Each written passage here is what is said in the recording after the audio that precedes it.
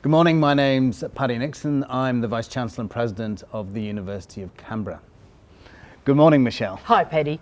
So a fascinating week in politics as always, but there's a lot going on. Certainly we have is. our Eden-Monaro by-election, which a very interesting one. Labour holding that by just by a knife edge. All of the developments in Melbourne, and of course some other critical developments during the week. Let's start with one of those. Scott Morrison made an exceptionally strong statement in strengthening our defence forces and the investments that he's putting in the defence of Australia. So what's motivated that, and what's your perspective on it? Well, as you say, it was very, very blunt in its content and in its tone. We haven't heard such bluntness from Scott Morrison before, or even predecessors, I don't think.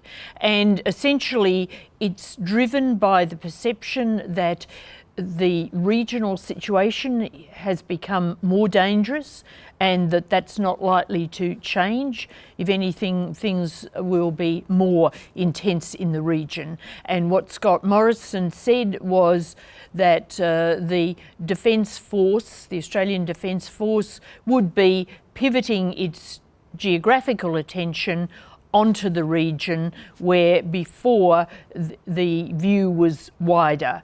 And of course we were engaged in the Middle East, in Afghanistan, and now it is not, the government's not ruling out that we join coalitions in the future, but it's saying that our priority is very much around the home front, defined broadly, of course. And this feels like quite a significant pivot in policy, is that right?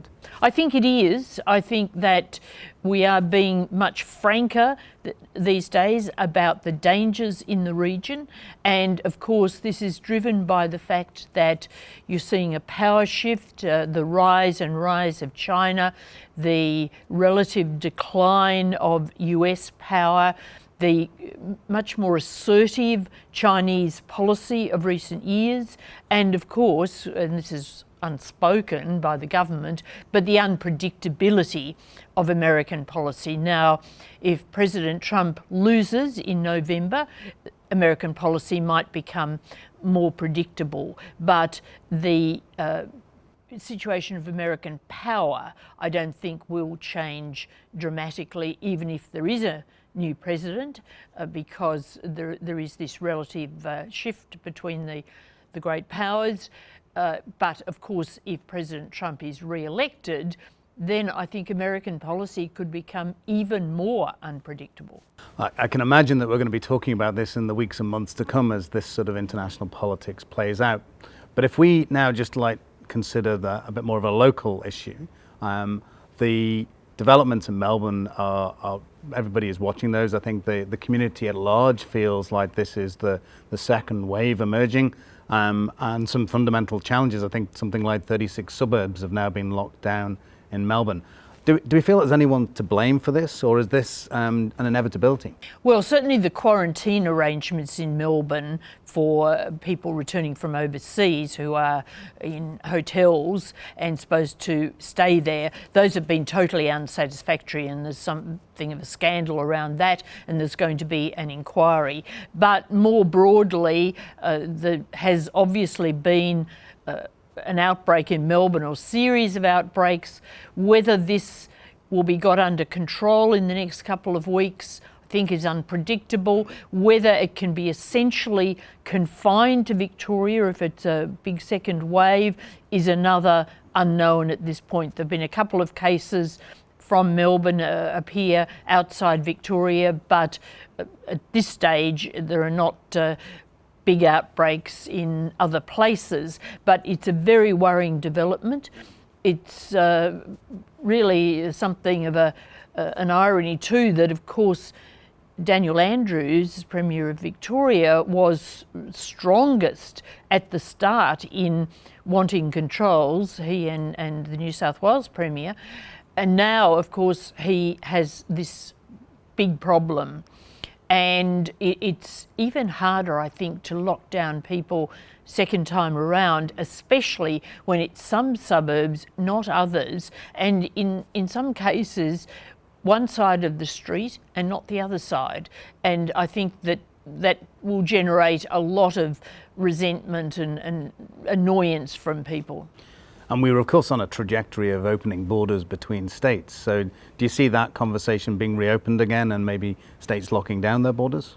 Well, already New South Wales is saying, please don't come from Victoria and please don't go to Victoria, and they are even dropping the please, I think, in the case of those coming in and having checks, and the whole situation has become more complicated. And of course, if this gets worse, this immensely complicates the economic situation, where the Prime Minister in particular is very anxious that the country opens up, or the economy opens up, not opening our borders to people from overseas, but borders internally, activity internally. And then if we just reflect a little bit on some of the economic issues ahead of us, when JobSeeker and JobKeeper coming to an end in September, a hard end, if that's followed through, there will be an increase in the unemployment rate, some significant challenges there. Where do you think this is going? I think that the government has realised that it won't be able to have a hard end to this necessary largesse that it's been throwing out. I think it's going to have to soften the transition out. Now, it may do this through dedicated industry packages, but it's also, I think, likely to extend JobKeeper for certain areas, certain sectors, businesses. And with JobSeeker, it's anxious not to have this bigger payment become a disincentive to people seeking work. But again, one wonders whether it can just drop it. Certainly it can't drop it to what the unemployment benefit was before, because everyone agreed that was inadequate, and I think that would cause great outrage. But it will drop the payment for people who are unemployed, but maybe phase it down. I think this is not clear. Maybe decisions have not been taken as yet, but we will know more on July 23 when the government produces its economic statement. There are some fundamental issues in there around our deficit and that going off a cliff, as it's been described. I mean, these are going to be some really difficult conversations in Cabinet and in Treasury.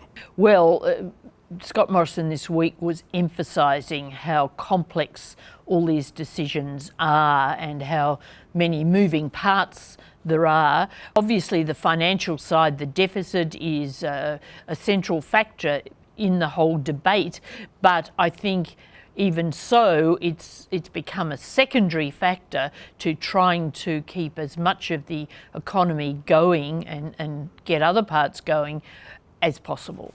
And then let's move to the by-election to Eden-Monaro, and a University of Canberra focus group studies have been taking place recently. What do you think matters to voters in this by-election? The university had a couple of rounds of focus groups, and each time issues that came through were climate change in particular. That was very strong, and bushfire recovery and a linkage between the two. People were concerned with jobs, and people were also concerned with health services. So those were the sort of voices from Eden-Monaro. Of course, you've had the national debate overlaying all this. I think that nobody is, at this point when we talk a day out from that by-election, nobody is being very willing to predict the result. But we do know that this result is really, really important for Anthony Albanese. It's a Labor seat. History says that he should hold it. If he doesn't, then I think you would see a lot of criticism of his leadership, potential destabilisation, which in the longer run mightn't end well for him. So I think that the by-election is critical for him. For Scott Morrison, if he pulled off this by-election, yes, it would be a sugar hit. Yes, he'd get a lot of praise and attention over the short term. But the thing is that even a win would not do anything for the fundamental problems that he's facing that we were talking about before. Well, as always, Michelle, that's been a fascinating insight into the politics of the week. I look forward to having some further conversations with you over the next few weeks and months, and I can only see it getting more interesting. Thanks, Paddy. Yes, indeed.